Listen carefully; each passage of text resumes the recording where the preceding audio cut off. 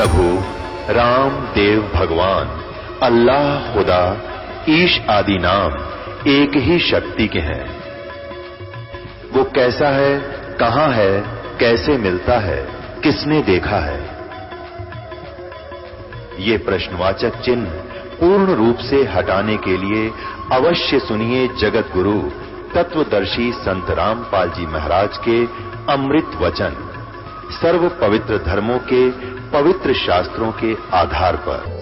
पहले पुराने समय में कांसी धातु के बेले थाली होते थे, तो उनको छुपाया करते थे, वर्षा के दिन घर में रख देते थे कहीं बिजली ना गिर जाए, क्योंकि वो उस पर उसका अट्रैक्शन होता है। इसी प्रकार जो अच्छी आत्मा दृढ़ भक्त होते हैं उन पर परमात्मा का विशेष आकर्षण होता है और उनको उस बिजली वाले सिद्धांत से प्राप्त होते हैं। आप जी आँखों देख रहे हैं उन पवित्र सदग्रंथों को जिनका केवल हमने नाम सुन रखा था। दास बता रहा था कि सन 1988 तक और सन 2001 तक दास ने वेदों का ये नहीं पता था ये कैसे होते हैं। वेद सुने थे और आज बच्चा बूढ़ा बुजुर्ग भाई बहन सब इन वेदों को पढ़ रहा है और समझ रहा है और इनके ज्ञान को घोट के सब न सुना रहा है। अब फिर देखिएगा और थोड़ा सा क्लियर करते हैं, फिर आपको कथा सुनाते हैं। ये ऋग्वेद मंडल नंबर 9 सूक्त 82 आप पढ़ रहे हो। आपने प्रथम मंत्र पढ़ा अभी, अब दूसरा पढ़ेंगे यहाँ पर। हे परमात्मन, उपदेश करने की इच्छा से आप, यानी ज्ञान देने के लिए उपदेश करने की इच्छा से आप महापुरुषों को प्राप्त होते हो। आप अत्यंत गतिशील पदार्थ के समान यानी बिजली की तरह चलकर हमारे आध्यात्मिक यज्ञ को प्राप्त होते हैं। आप कबीर देव हैं, इन्होंने सर्वज्ञ अर्थ गलत कर दिया। यदि यजुर्वेद का अर्थ कर दे तो उसने कैसे पहचानेंगे? कोई पुस्तक है अनमोल, तो ये कबीर देव हैं। आप कबीर देव हैं, शुद्ध स्वरूप हैं, हमारे पापों को दूर करके हे सोमन, हे अमर परमात्मा हमको सुख दें। और फिर तीसरे श्लोक में मंत्र में 9 के 82 के 3 में, पवित्र युगों में रक्षा से आप प्राप्त होते हैं। जहाँ शास्त्र अनुकूल साधना होती है वहाँ परमात्मा उपस्थित रहते हैं गुप्त रूप में। पृथ्वी आदि लोकांतरों में गति करते हुए, सर्वव्यापक नहीं, ये तड़ंगाड़ा अपनी आप है। आप माने आप स्वयं गतिशील होकर विराजमान होते हैं, यानी आप स्वयं चलकर आते हो, गतिशील होकर आते हैं। अब परमात्मा भी यही कहते हैं कि चारों युग में संत पुकारे, कूक कया हम हेल रे, हीरे माणिक मोती बरसे यो जग चुगता ढेल रे। वेद मेरा भेद है, मैं मिलूं वेदन से नाही, और जौन वेद से मैं मिलूं वो वेद जानते नहीं। परमेश्वर ने कहा कि वेद कतेब झूठे नहीं भाई, झूठे हैं जो इनको समझे नहीं। फिर क्या कारण रहा? गुरु बिन काहू न पाया ज्ञाना, जो थोथा बुस छड़े मूड किसाना। गुरु बिन वेद पढ़े जो प्राणी, समझे न सार रहे अज्ञानी ही। ये सभी अज्ञानी थे क्योंकि इनको तत्वदर्शी संत नहीं मिले। और जब परमेश्वर आए थे इनका अज्ञान हटाने के लिए, तब ये अभिमानवश नहीं मानने ये ब्राह्मण ऋषि, इन्होंने अपना बैठा लिया और साथ में पूरे विश्व को गुमराह कर दिया, पूरे हिंदू समाज को गुमराह कर दिया, जिसका दुष्परिणाम आज हमारे सामने हो रहा है। जैसे हम मध्य प्रदेश में गए, हमारे भक्त ये पुस्तक बांटने के लिए, जबलपुर में ऐसा ही इन अज्ञानियों के भ्रमित किए हुए उन सब भोली आत्माओं ने हमारे भक्तों के साथ मारपीट की, जेल भिजवा दिए। कटनी में ऐसा ही किया, एक शहर है, और अब छिंदवाड़ा में 3-4 दिन हाहाकार करके, और जबकि सब अधिकारियों को पता है इस पुस्तक में कोई ऐसी गलत बात नहीं। सारी रात उन अधिकारियों ने पढ़ा है, एसपी, डीसी, कमिश्नर आईजी ने हाहाकार, तो उन्होंने ये तो मान लिया कि इसमें कोई ऐसी बात नहीं है, लेकिन दबाव में आकर झूठा केस बना के हमारे बच्चों को जेल भेज दिया। अब इसके पीछे हम नाराज नहीं होते इनसे, हमें मालूम है हम अपने स्वभाव को नहीं छोड़ सकते। जैसे एक संत नाव था दरिया में, साधु भक्त, बिच्छू आ गया डूबता हुआ और वो डूबे और उसने नीचे हाथ दिया पानी में, उसको निकालना चाहा, उसने डंक मारा, डंक मारती हाथ ऐसे दर्द हुआ, उसने नीचे छोड़ दिया, वो फिर डूबने लगा, उसको फिर उठाया, फिर डंक मारा, फिर उठाया, फिर डंक मारा, आखिर में उसने हिम्मत सी करके उसको पकड़ के यूं बाहर फेंक दिया जल समेत। एक व्यक्ति स्नान कर रहा था, कोई ऐसे ही मनमुखी जो भक्त भगवान से परिचित नहीं था, वो कहने लगा भगत जी आप भी कति मूर्ख हो, अरे ये तेरा डंक मार रहा है और तू इसको बचाने की चेष्टा कर रहा है, चल एक बार होगी बात, मरने दे उसको, डूबने दे। तब संत ने कहा, भगत ने कहा कि भाई इसका स्वभाव ऐसा है कि भला करते भी ये बुरा करते हैं, और मेरा स्वभाव ऐसा है कि हम इनको डूबने नहीं दें, हम हमारे अंदर दया भरी पड़ी है। जब ये अपना स्वभाव नहीं त्याग रहा तो मैं कैसे छोड़ दूं अपने स्वभाव को, मैं हार माननीय को ना। तो पुण्यात्माओं, ये तो इन अज्ञानी ऋषियों ने बिच्छू बना दिए और अब ये डूब रहे हैं, हमारे पूर्वज डुबो दिए। अब हम सोच रहे हैं किसी प्रकार इनको इससे ऊपर उठाएं, और ये डंक मार रहे हैं और हम फिर भी चेष्टा कर रहे हैं और करते ही रहेंगे। कभी तो ये बाहर पड़ेंगे जाकर, कभी तो आंखें खुलेंगी इन बोली आत्माओं की, फिर रोया करेंगे बैठकर हमने जुल्म कर दिया, अपने भाइयों और बहनों के साथ ऐसा जुल्म किया। फिर पछताया करेंगे और पूरा विश्व गुण गाया करेगा उस कबीर भगवान की। ये दास वो दिन देखना चाहता है कि किस दिन आए परमात्मा के सब बच्चे, और पूरे विश्व में परमात्मा ने लिखा, कबीर परमेश्वर जी ने 600 वर्ष पहले धर्मदास से कह दिया था कि कलयुग की पिछली पीढ़ी में जब ये ज्ञान प्रचार किया जाएगा उसमें मैं आऊँगा या अपने कोई प्रतिनिधि को भेजेंगे। पूरे विश्व में मेरा ही ज्ञान होगा, मेरी ही भक्ति होगी, और कोई भक्ति विश्व में रहेगी नहीं। जो भक्ति करेगा तो यही करेगा। तो परमात्मा का वचन खाली नहीं हो सकता, मिट नहीं सकता, ब्रह्मांड नष्ट हो सकते हैं, परमात्मा का वचन खंड नहीं हो सकता। उस दिन की अब शीघ्र ही आने वाला है, ऐसा लगता है। परमात्मा के बच्चे कितने जागरूक हो गए। 10वें दिन समागम होता है, आना जाने वालों की कितनी भीड़ लगने लगी है, और वो नकली तो 6 महीना में एक बार करें, वो सारे इकट्ठे हो जाए, सोचो पता नहीं कितने का आगे। अब यहाँ बेचारे अपना टाइम सा निकाल कर आते हैं। एक समागम में कुछ परिवार के सदस्य आते हैं, दूसरे में कुछ आते हैं, तीसरे में ऐसे अपना सत्संग सुनते रहते हैं और काल के उसको दोनों भी खींच रहे हैं। तो इस प्रकार अब वो दिन ऐसा लगता है शायद शीघ्र ही आ जाए और सभी सुखी होंगे, पूरे विश्व में शांति होगी। ये हाहाकार मच रही, जजों के बारे में भी ये हाहाकार मच रही है कि कुछ जज भी भ्रष्ट हो गए। बता फिर कहाँ रह गया ये संसार में।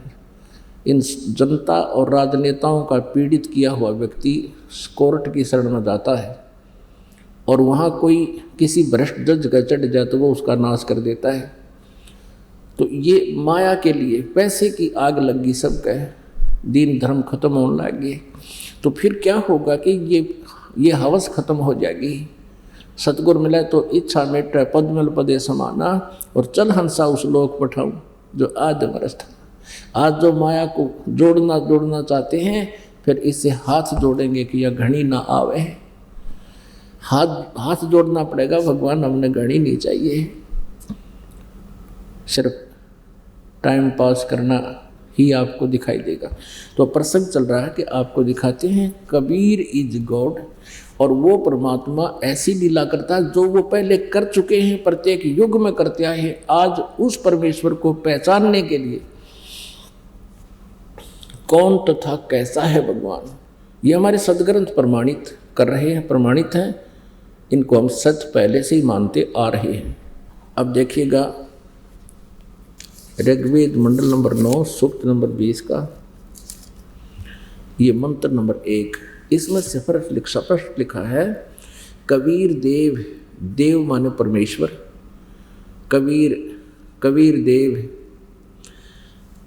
वह परमात्मा कबीर देव है। यहाँ लिखना चाहिए था यजुर्वेद की तरह वो कबीर देव है और सबका रक्षक है, विद्वानों की तृप्ति के लिए ज्ञान को देता है, सहनशील है, संपूर्ण दुष्टों को संग्राम में तरकृष्ट करने वाला है, यानी आध्यात्मिक ज्ञान में सबको पराजित कर देता है वो परमात्मा। आप परमात्मा जिन जिन महापुरुषों को मिले उनमें से अभी आपको नाम बताए थे, उनमें से एक हैं जो परमात्मा उन दृढ़ भक्तों को, अच्छी आत्माओं को मिलते हैं। उनमें से एक दादू साहेब जी हैं।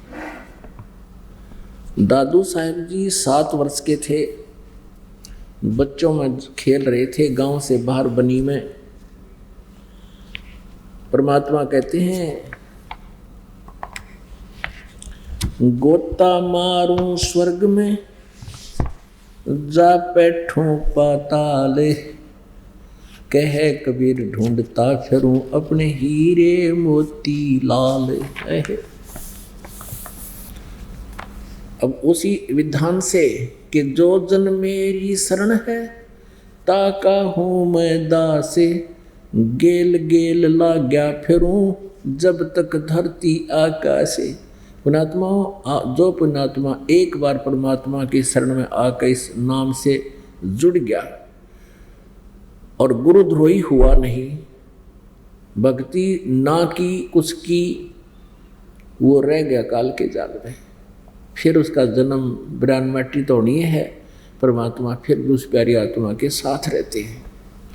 किसी दृष्टिकोण से 7 वर्ष की आयु में जब दादू साहब जी थे, परमात्मा आए जिंदा महात्मा के रूप में, उनसे बातचीत की। अपने आत्माओं जैसे बच्चे जो पिछले संस्कारी होते हैं बचपन से ही बहुत अच्छे श्रद्धालु होते हैं, दयालु होते हैं। जैसे नानक साहब जी के बारे में हम सुना करते थे, पढ़ा करते थे कि उनके पिता ने सौदा करने के लिए भेज दिया, क्योंकि वो व्यापारी थे। 500-700 रुपये दे दिए और वहाँ साधुओं को भंडारे कर दिए। उनका स्वभाव होता है ऐसा।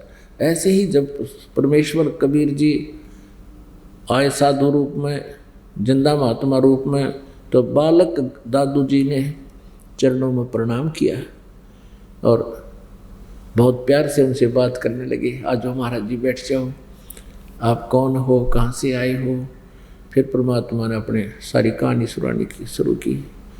तो उस समय वो चर्चा सुनाते सुनाते परमात्मा उनकी आत्मा को निकाल कर ले गया। दादू साहब अचेत हो गए, बेहोश हो गए। गांव में आकर बच्चों ने बताया कि एक बाबा जी ने पता नहीं क्या कर दिया, बाबा जी चला गया और दादू जी, दादू राम नाम था इनका, दादू राम बेहोश हो गए। घर के उठा के लाए, घर ले आए, वैद्यों को दिखाया, सब ने जंतर मंत्र भी कर लिए, होश में नहीं आए। तीसरे दिन 3 दिन और 3 रात बेहोश रहे और तीसरे दिन परमात्मा ने उस आत्मा को वापस भेज दिया। ऊपर का सब कुछ अपनी समर्थता दिखा करके, अपना सामर्थ्य से परिचित करा के सभी ब्रह्मांडों को दिखा करके वापस छोड़ दिया। तब दादू साहब जी ने परमात्मा की महिमा कलम तोड़ बोली है, कही है। जो जो शरण कबीर के वो तिरगे अंत अपारे, दादू गुण के ताक हूँ कहते न आवे पारो। कबीर करता आप है दूजा ना कोई, दादू पूर्ण जगत को हो भक्ति दरडावे सोए। पूरे जगत को दादू साहब कह रहे हैं केवल कबीर जी ही भक्ति का यथार्थ मार्ग देते हैं और किसी के पास नहीं। ठेका पूरा होवे जब सबको तज शरीर, दादू काल गंजय नहीं, जपै जो नाम कबीर। दादू साहब जी कह रहे हैं कि एक दिन मृत्यु तो सभी की होगी जब समय पूरा होगा, लेकिन उस समय परमात्मा का सत्य नाम, कबीर जी का यथार्थ नाम जिसके पास है, उसको काल पकड़ नहीं सकता, रोक नहीं सकता। आदमी की आयु घटे तब यम घेरे आए, सुमरण किया कबीर का दादू लिया बचाए। मेट दिया अपराध सब आ मिले चनमाही, दादू संग ले चले कबीर चरण की छाही। सेवक देव निज चरण का दादू अपना जाने, भृंगी सत्य कबीर ने है कीन्या आप समान। दादू अंतर्गत सदा छन छन सुमरण ध्यान, वारो नाम कबीर पर पल पल मेरे प्राण। सुन सुन साख कबीर की काल नवावे माथे, धन धन तीनों लोक में दादू जोड़े आठ। सुन सुन साख कबीर की, साख माने महिमा, परमात्मा की समर्थता की वाणी को सुन सुन कर और काल का कहते माथा झुक जाता है। आए समर्थ की वाणी कौन बोल रहा है, मेरा तो नाश हो गया। इसलिए तक कबीर परमेश्वर की वाणी को इसने रिजेक्ट करवा रखा था।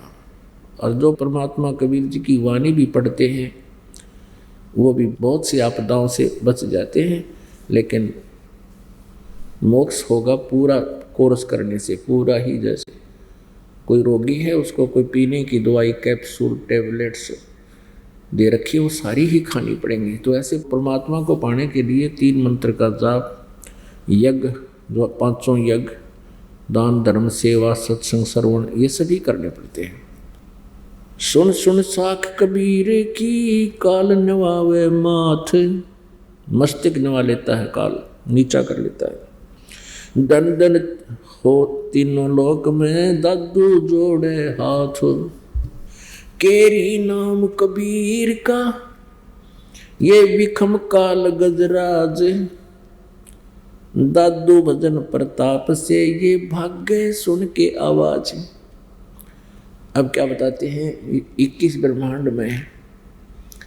अब जैसे गीता जी अध्याय नंबर 15 के श्लोक नंबर 16 और 17 में 3 भगवान क्लियर कर दिए इसने, सरपुरुष, अक्षर पुरुष और तीसरा उत्तम पुरुषत्व अन्य है। पुरुषोत्तम तो कोई और है, वो तीनों इन दोनों से अलग है, सरपुरुष और अक्षर पुरुष से, और वही तीनों लोकों में प्रवेश करके सबका धारण पोषण करता है, और वही वास्तव में अविनाशी है, उसी को परमात्मा कहा जाता है। फिर 15वें जाके 18वें श्लोक में अपने विषय में कहता है कि मेरे 21 ब्रह्मांड के अंदर जितने भी प्राणी हैं उनसे मैं उत्तम हूँ, उनसे मैं तगड़ा हूँ, इसलिए मैं पुरुषोत्तम नाम से प्रसिद्ध हो रहा हूँ। लोक वेद के आधार पर, दंत कथा से मैं, क्योंकि जितने भी मेरे अंतर्गत प्राणी हैं इनसे मैं तगड़ा हूँ, इसलिए मैं पुरुषोत्तम प्रसिद्ध हो रहा हूँ। लेकिन उत्तम पुरुषत्व अन्य, पुरुषोत्तम तो कोई और है। 15 में जाके 17 में मैं कति क्लियर कर दिया। तो यहाँ दादू साहेब जी का कहने का तात्पर्य भी यही है। क्या कह रहे हैं? केरी नाम कबीर का और विखम काल गजराज, दादू भजन प्रताप से ये भाग्य सुनत आवाज। जैसे हाथी कितना तगड़ा, कितना मजबूत प्राणी होता है, पशु है, और जंगल में मदमस्त घूमता है। परमात्मा कहते हैं यो काल भी छोटी माया को ना, इसने तो समझ लो हाथी है यो।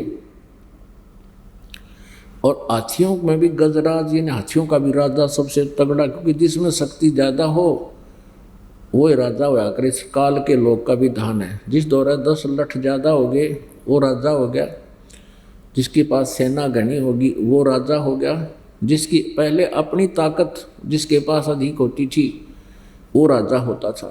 सब ने कूट छेद के अपना सीधा कर ले तक मेरे अधीन हो जाओ।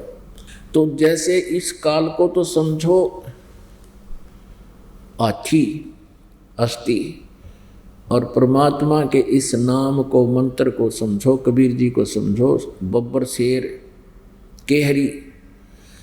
और हाथी कितना तगड़ा हो और आसपास आके शेर एक बार अपने चंगाड़ मार दे, अपनी एक बार दहाड़ मार दे, हाथी लीद कर देता है। और मुंडी गोवर भाजन की सोचा करो, आ गया पाछे थे। केरी नाम कबीर का विषम काल गजराज, दादू भजन प्रताप से ये भाग्य सुनत आवाज। ये खुद भी कहता है कि मैं तो लोक वेद के आधार से पुरुषोत्तम प्रसिद्ध हो रहा हूँ। आई एम नॉट पुरुषोत्तम, पुरुषोत्तम तो कोई और है।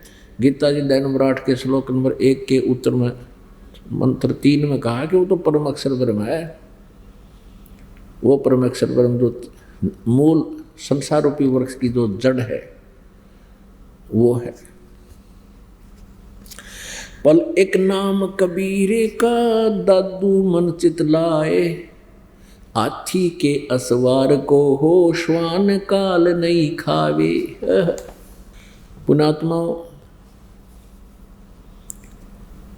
उदाहरण दे रहे हैं दादू साहिब जी, और ऐसे सभी संतों ने बताया है जो परमात्मा से परिचित हुए, कि जिसने कबीर परमेश्वर जी की विधिवत शरण ले ली, पूर्ण संत के माध्यम से परमात्मा का प्रोटेक्शन पा लिया, जैसा आप जी को उपलब्ध है, तो आप ये समझो कि आप हाथी पर बैठ गए, आप जी हाथी पर सवार हो गए, और आपको अब कुत्तों के काटने का भय मिट गया। हाथी गांव में जाता है, हम देखा करते थे, ये आते थे दाने मांगनिए, कनक मांगते फिरते थे हाथी के साथ।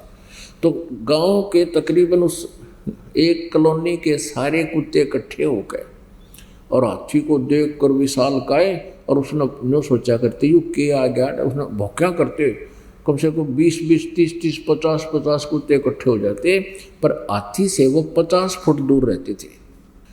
अब जैसे आपको बताना चाहते हैं दादू साहब जी कि आप जी कबीर जी का नाम लेकर के ऐसे समझो हाथी पर बैठ गए, और काल में समझो कुत्ताई भी। उदाहरण दे रहे हैं, डिफरेंस बता रहे हैं शक्ति और पावर और प्रोटेक्शन का। आप हाथी पर बैठ गए और काल को समझो कुत्ता। अब हाथी पर बैठे व्यक्ति को कुत्ता किसी प्रकार से भी हानि नहीं पहुंचा सकता, यानी उसकी रेंज से, उसकी पहुंच से बाहर हो गए आप। कुत्ता प्रथम तो हाथी के निकट नहीं आ सकता, आ जा तो ऊंचाई गणी, और एक सूंड मार दे तो उसका टट्टी पेशाब निकल जाए कुत्ते का। तो क्या बताते हैं, पल एक नाम कबीर का दादू मन चित लाए, हाथी के असवार को स्वान काल नहीं खाए। आप काल के रेंज से, पहुंच से बाहर हो गए जिन्होंने परमात्मा का नाम ले लिया। लेकिन मर्यादा में रहोगे तो बचोगे। यदि आप हाथी से नीचे कूद गए, छलांग लगा गए, यदि आपने मर्यादा तोड़ दी, नाम खंड हो गया, भगवान की शरण आपसे हट गई। पंजा दस्त कबीर का सिर पर रखो हंस, यम किंकर चंप नहीं तुम्हारा उधर जात है वंश। पंजा दस्त कबीर का, कबीर परमेश्वर जी के हाथ को अपने सिर पर, यानी आशीर्वाद भरा हाथ आपके सिर पर रखो, यानी मर्यादा मत तोड़ो, तो आपका भी उद्धार और आपके पूरे खानदान को, वंश को पार कर देगा परमात्मा। तो ऐसे हाथी के ऊपर बैठे हुए व्यक्ति को काल, कुत्ता हानि नहीं कर सकता, काल रूपी कुत्ता। और आप हाथी से नीचे पड़ गए, नीचे उतर गए तो काट के खा जाएंगे, वो तो नरे पीछे लग रहे हैं। सुमरत नाम कबीर का कटे काल की पीड़, दादू दिन दिन ऊंचा होवे परमानंद सुखसीर। दादू नाम कबीर की जो कोई लेवे ओटे, तिनको कभू लागे नहीं ये काल बदर की चोटे। अब दादू साहब जी कह रहे हैं कि जो परमेश्वर कबीर जी की ओट में आ गया, उनकी आड़ ले ली, शरण ले ली, उनको काल के अटैक नहीं होंगे। काल के अटैक कैसे होते हैं?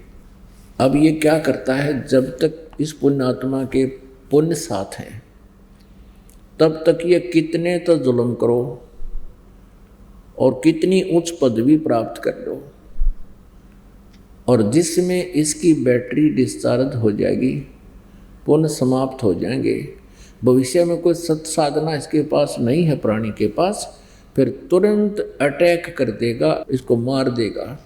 कबीर परमेश्वर जी कहते हैं, कहाँ जन्मे पाले पोसे, खूब लड़ाए लाडे, ना जाने इस देह के कहाँ खंडेंगे आड़। परमात्मा कहते हैं कि देखो, हमें समझाना चाहते हैं, माता पिता ने तुमको कितने प्यार से पाला पोसा और कितने लाड किए आपके, और ना पता, और आप फिर उसी प्यार के वश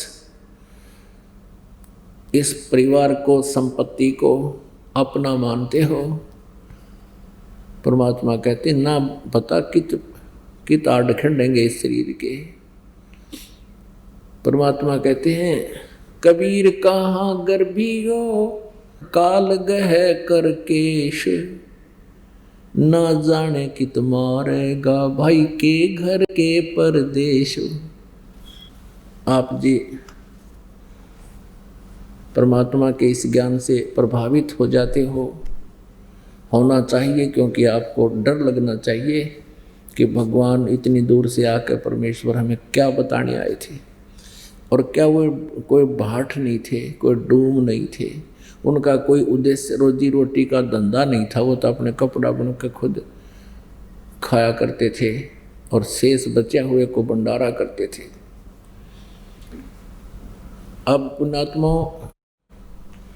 एक आंध्र प्रदेश का मुख्यमंत्री हेलीकॉप्टर में जावा था, और हेलीकॉप्टर पता नहीं, जब बैटरी डिस्चार्ज हो जाती है इन्वर्टर की, तो फिर घोर अंधेरा हो जाता है।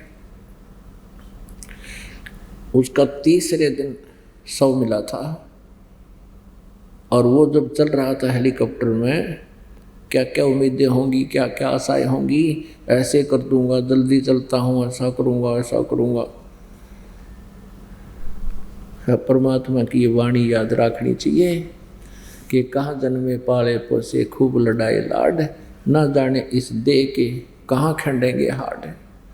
ऐसे ही करना अरुणाचल का मुख्यमंत्री पीछे से, उसकी तो मेरे ख्याल 6-7 दिन में लाश पाई, वो भी ऐसे मृत्यु को प्राप्त हुआ। ऐसे एक पोलैंड देश का पूरा मंत्रिमंडल, कैबिनेट, जिसमें 96 आदमी थे, प्रधानमंत्री तक एक एयर क्रैश में, जहाज के एक्सीडेंट, हवाई जहाज के एक्सीडेंट होने से सारे मर गए। और उससे पहले वो के कुफर तोल रहे होंगे, कितने न सता रहे होंगे, पता नहीं के उम्मीद लगा रहे होंगे। तो यहाँ परमात्मा हमें याद दिलाते हैं, कबीर कहाँ गर्भियो, काल गह कर केश। कहते काल तेरे बाल पकड़ेगा, और पकड़ कर बाल सिर के पता नहीं कित पटकेगा ठाके, ना जाने कित मारेगा यो, क्या घर क्या परदेश। करा कित ठोक देगा, जब सांस पूरे होंगे वहीं 1 सेकंड का भी समय आपको काल नहीं देगा। और जिस समय आप परमेश्वर कबीर जी की शरण में आ जाओगे, ये वज्र है काल के। वज्र माने ये भयंकर हथियार, तीर। जब लग हंसा हमरी आना, काल लग नो तेरा बाण। जब तक हंस तो मेरी आन कान में मर्यादा में रहेगा, तब तक इस काल का अटैक मेरी आत्मा पर नहीं हो सकता। तब तक तेरा ये काल के ये चोट काल नहीं मार सकता आपके, जो इस तरह ये मार रहा है। तो यहाँ दादू साहिब जी क्या बताते हैं, दादू नाम कबीर की जय कोय लेवे ओटे, तिनको कभू लागे नहीं काल बदर की चोटे। किसी का बेटा मार दिया, किसी बेटी मार दी, ये घटना नहीं घटने देगा। नियत साबत से मर्यादावत आधीनी पूर्वक सत साधना करते हुए दान पूर्व करते रहेंगे परमात्मा की मर्यादा अनुसार, तो ये घटना परमात्मा नहीं घटने देता। हम गलती कर देते हैं, थोड़ा सुख होते ही हम भूल जाते हैं, परमात्मा के नियमों का उल्लंघन कर जाते हैं लोक लाज में आके। अब किस प्रकार हमने साधना करने से परमात्मा कबीर जी हमारी मदद करेंगे। तन मन शीस ईस अपने पे, तन मन शीस ईस अपने पे, पहलम चोट चढ़ावे जब कोई राम भगत गत पावे हो जी, जब कोई राम भगत गत पावे हो जी। यानी परमात्मा से लाभ लेना है ना, तो तन मन शीस ईस अपने पे, पहले हम चोट चढ़ावे। अब तन मन शीस ईस कैसे चढ़ाना होता है। एक संत था, उसने अपने शिष्यों को रोज शिक्षा देता था, भाई गुरु जी के आदेश का पालन करना चाहिए, वो भगत सही है। और जो गुरु की आज्ञा का उल्लंघन करता है, अवहेलना करता है, उसकी भक्ति नाश हो जाती है। अब जिन भक्तों ने घर त्याग दिया, परमात्मा के लिए आगे हैं, तो गुरु जी के आदेश का पूर्ण पालन ही करते हैं, वो फिर अग्रम मग्रम बकवादों में नहीं बढ़ते हैं।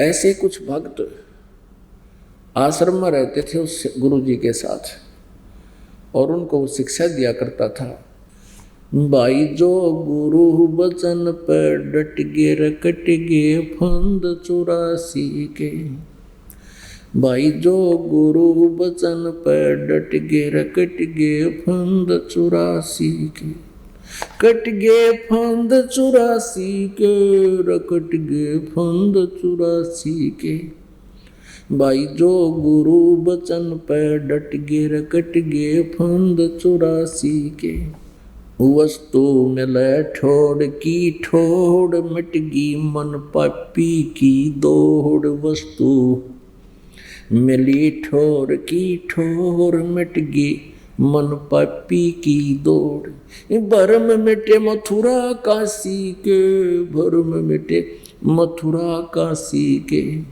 भाई जो गुरु बचन पर डट गे रकट गे फंद 84 के। अब ऐसी शिक्षा देकर उन भक्तों को थोड़ी सी देर बाद पीछे कहता है वो गुरुजी कि अभी आ जाओ बच्चों, मेरी एक आज्ञा है तुम्हारे लिए। अब बोलो गुरुदेव क्या है। कि मेरे सिर में 5-5 जूते मारो।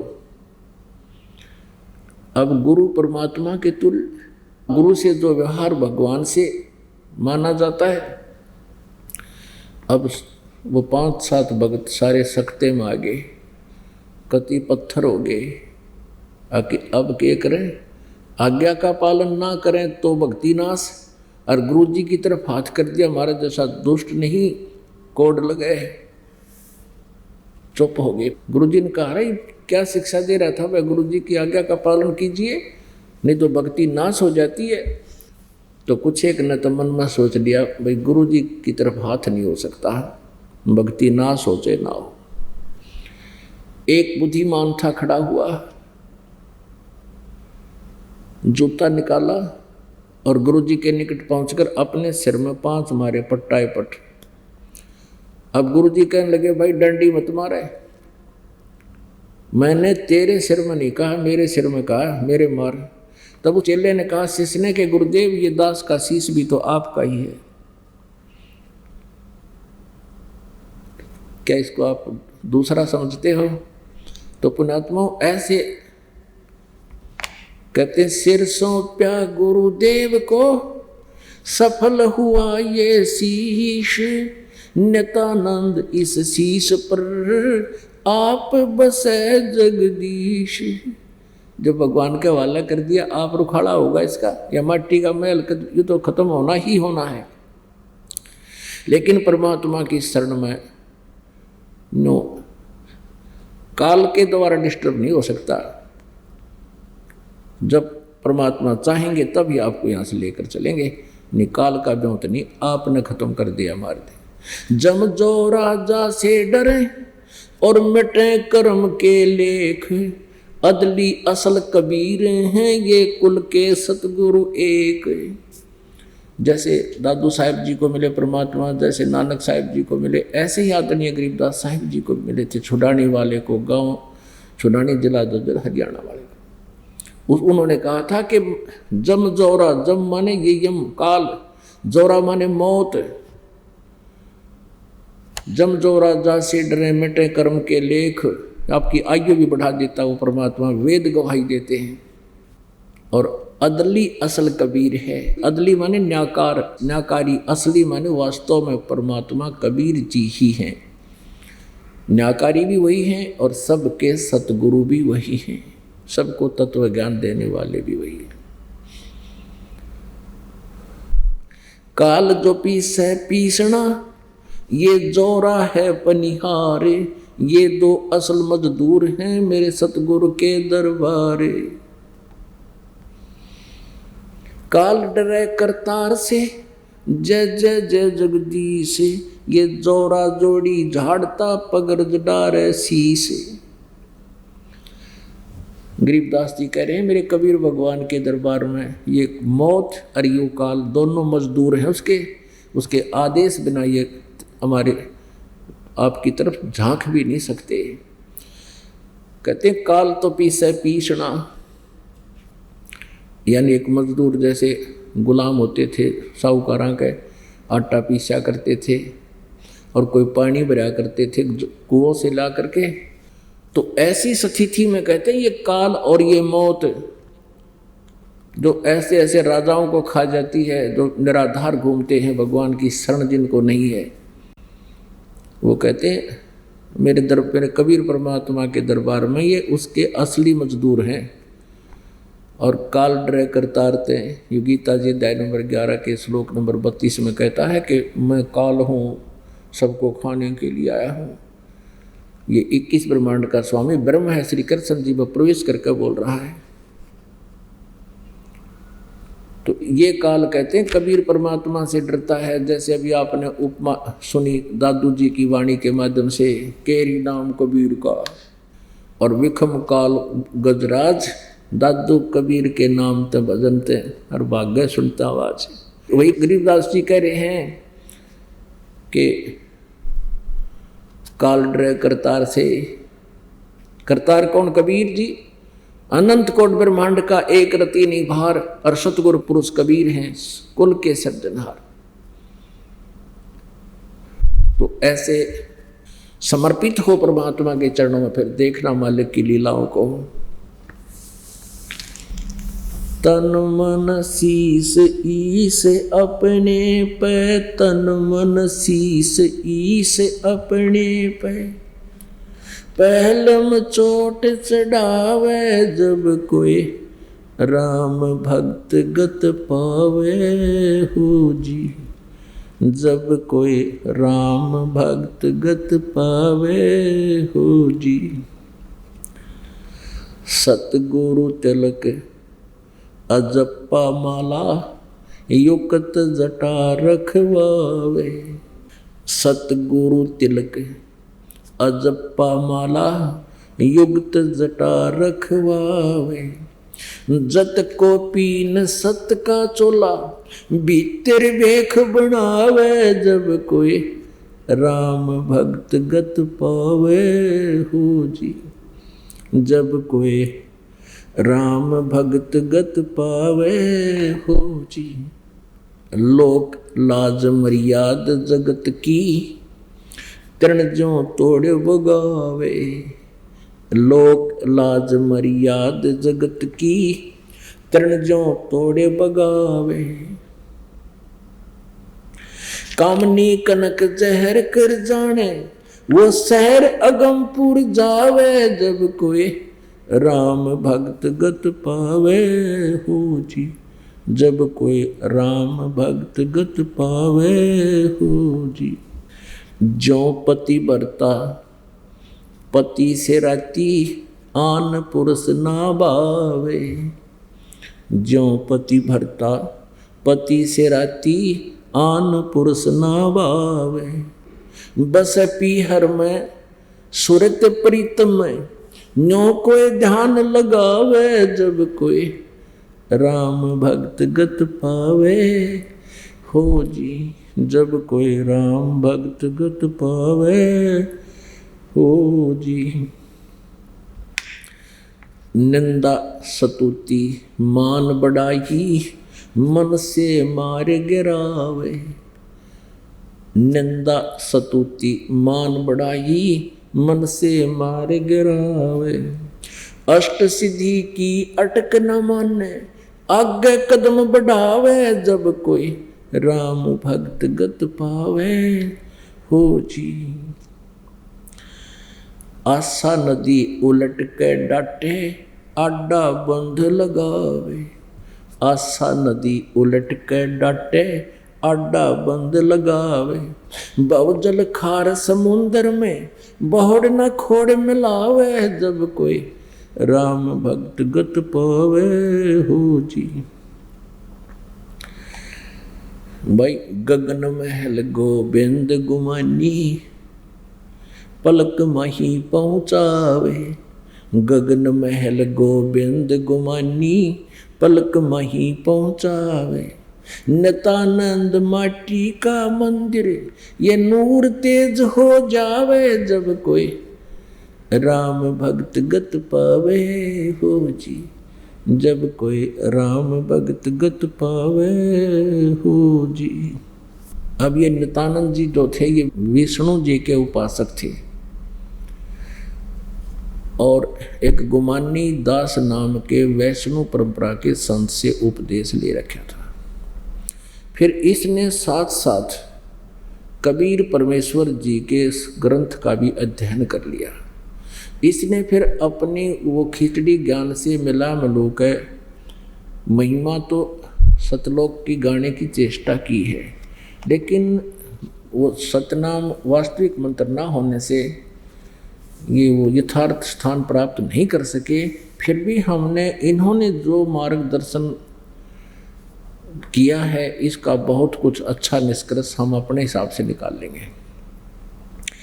इसमें वही परमेश्वर के द्वारा बताई हुई वाणी है कि लोक लाज ना कीजिए निर्भय हो रहिए और यो मन भक्त संत को दीजिए तो गोविंद पाइए।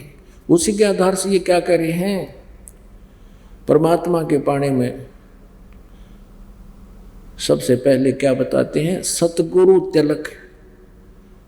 तिलक लगाते हैं ना कि सबसे आदरणीय स्थान होता है माथा मस्तिष्क, यहाँ तिलक लगाते हैं। कहते इस तिलक की जरूरत को ना अपने गुरुदेव को सिरोधार्य रख, गुरुदेव को ही तिलक समझ ले। माथे के मोड़ तिलक गुरु जी को इतना सत्कार दे, तू इतना अपना उसको तिलक के रूप में सबसे आगे रखे। सबसे पहले तिलक दिखाई देता है भगत का, तो कहते हैं गुरु जी को इतना सत्कार दे तू। और अजप्पा माला सांस का सिमरन हो। और ये ऊपर बड़ी बड़ी जटा रखाने से नहीं, सत साधना की जटा रखा। और जत को पिन सत का चोला, यानी अपना धर्म पर रहे।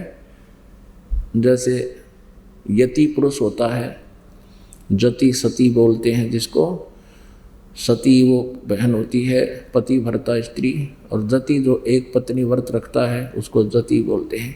तो ऐसे ही परमात्मा के अतिरिक्त अन्य किसी देव भगवान से किसी प्रकार की आध्यात्मिक लाभ की इच्छा मत रखना, नहीं तो तू जत पने से गिर जाएगा, यानी पति भरता पद से गिर जाएगा। फिर क्या बताते हैं, लोक लाज मर्याद जगत की तरण ज्यों तोड़े बगावे। है सबसे बड़ा दुश्मन है ये लोक लाज। और कहते हैं इसको जैसे डिकड़ा सा तोड़ के फेंक दे इस लोक लाज का, तब भगवान के निकट आएगा। परमात्मा कहते हैं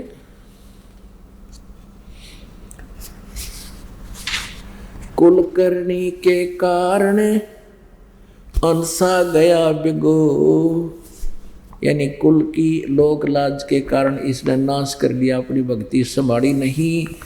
और कहते फिर ये कुल के कर लेगा जब तू चार पाया का हो।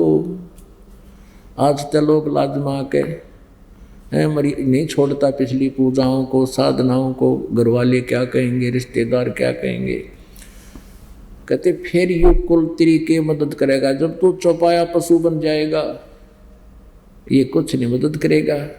और ये साधना और ये दृढ़ता तेरी सदा काम देगी। अब मीराबाई का भी इतिहास आप देखते हो, कितना उसने संघर्ष किया अपने ज्ञान होने के बाद। पहले तो मंदिर में जाया करती थी, फिर परमेश्वर कबीर जी और रविदास जी उनको सत्संग करते हुए मिल गए जब वो मंदिर से आ रही थी।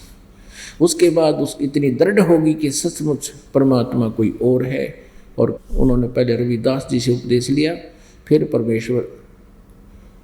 अब रविदास जी से उपदेश इसलिए लिया, दिलवाया परमेश्वर ने कि वो ठाकरों की लड़की थी, रविदास जी चमार जाति से थे, इसकी फड़क निकाल दें, कहीं इसके अंदर जाति अभिमान ना रह जा। और अभिमान जीव का शत्रु है, किसी भी प्रकार से, किसी भी दृष्टिकोण से मान बढ़ाई आगे तो भगवान साथ नहीं देता। तो मीराबाई भी पक्की थी।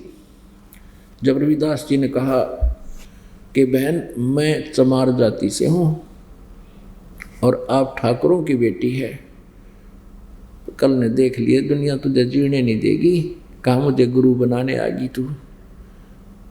तो मीराबाई ने कहा कि उन महात्मा ने कहा, वही थे कबीर साहब, दोनों उनकी लीला, कबीर जी की लीला थी, बोली बतलाई बात थी।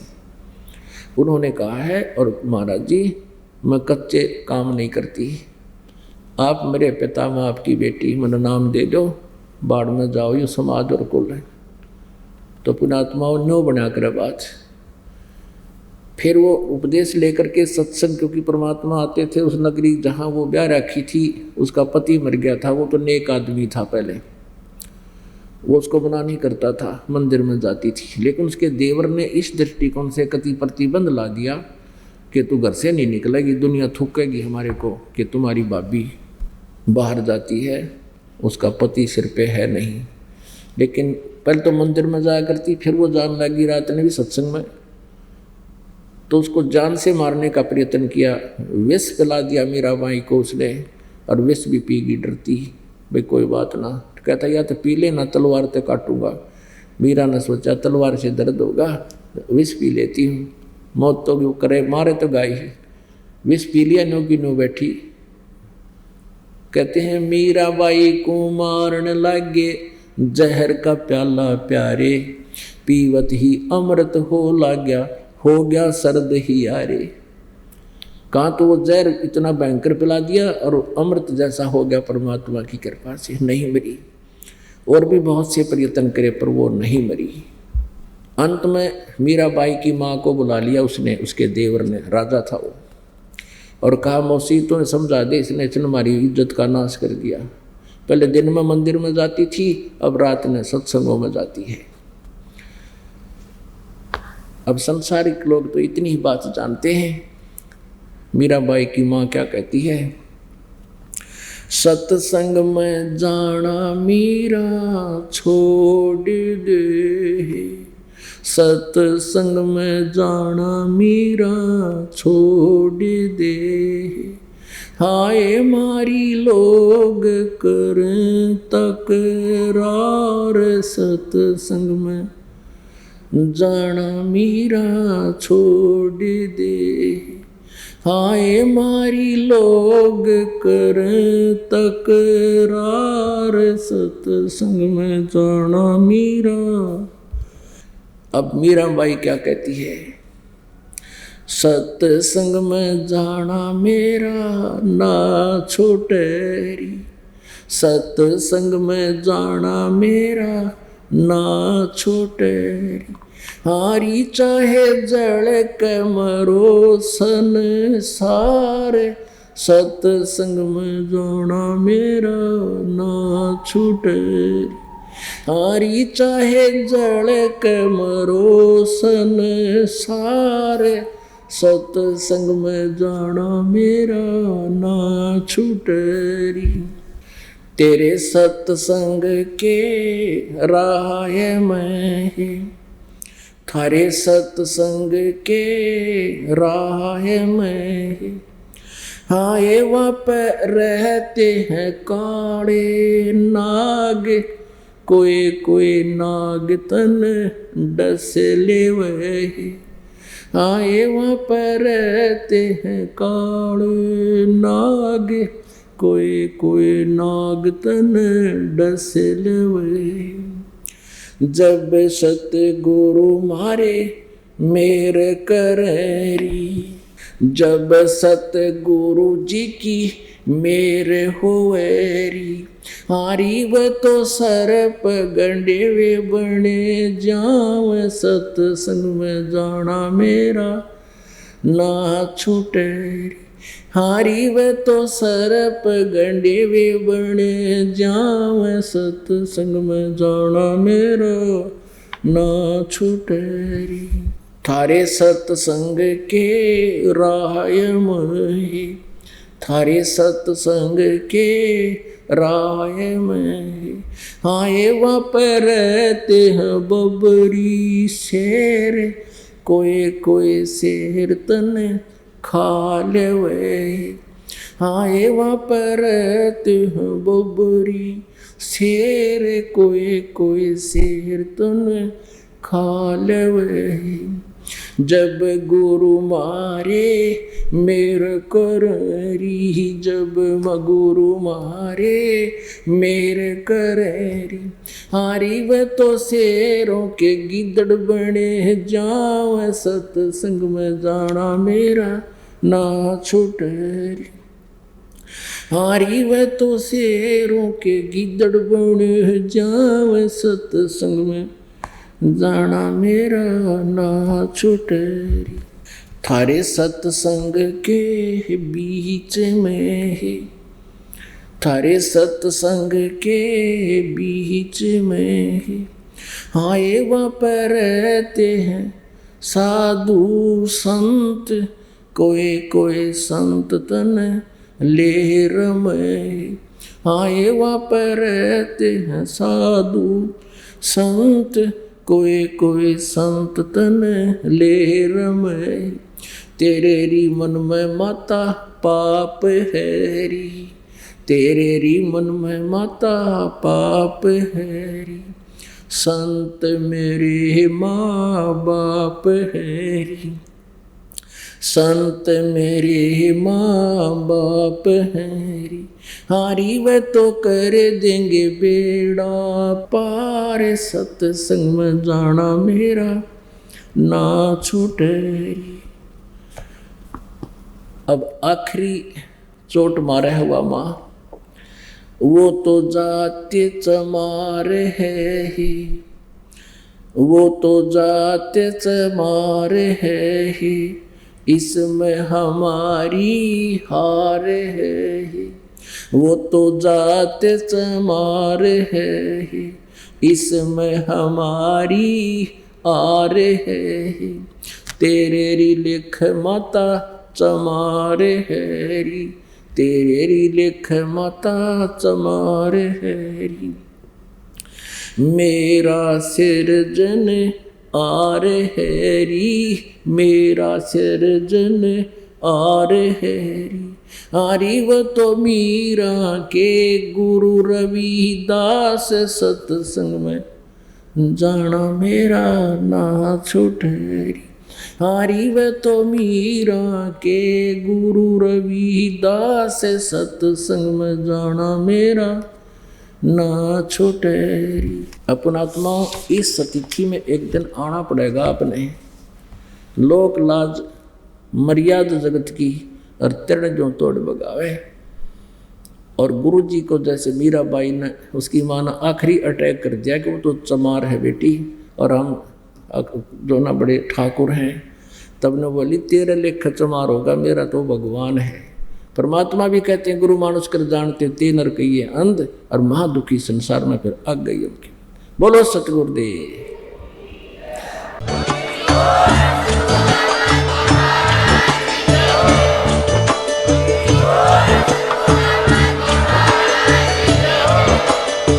सुन रहे थे जगत गुरु तत्वदर्शी संत रामपाल जी महाराज जी के मंगल प्रवचन। अधिक जानकारी के लिए विजिट कीजिए हमारी वेबसाइट www.jagatgururampalji.org। संत रामपाल जी महाराज जी के शुभ आशीर्वाद से पूरे विश्व भर में 500 से भी ज्यादा नाम दीक्षा केंद्र हैं, जिन पर संत रामपाल जी महाराज जी द्वारा ऑनलाइन निशुल्क नाम दीक्षा दी जा रही है। अपने नजदीकी नाम दीक्षा केंद्र का पता करने के लिए संपर्क करें 8222880541।